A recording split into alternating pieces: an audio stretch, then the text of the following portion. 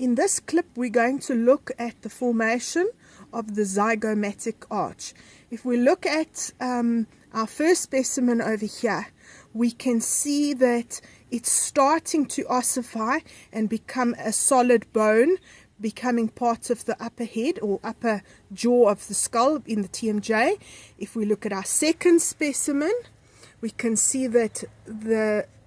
little fingers that make the arch close are starting to get to the point where they are more knitted, and the arch itself has a smoother appearance. My finger runs over it quite easily, whereas if we look at the baby, we can see that it's quite rough and it's still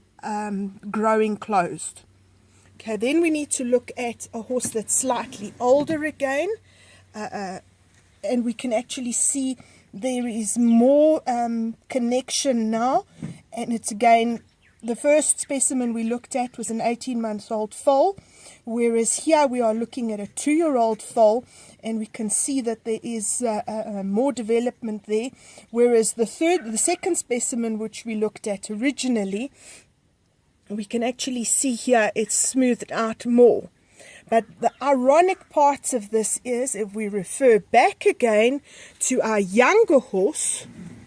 and we look here, we can actually see this being a thoroughbred of 4 years old on the track, and we can see the distortion that's taking place in this region because this poor horse has had to work with a brow band that was too tight, and has resulted in the arch not fusing properly and becoming one solid bone.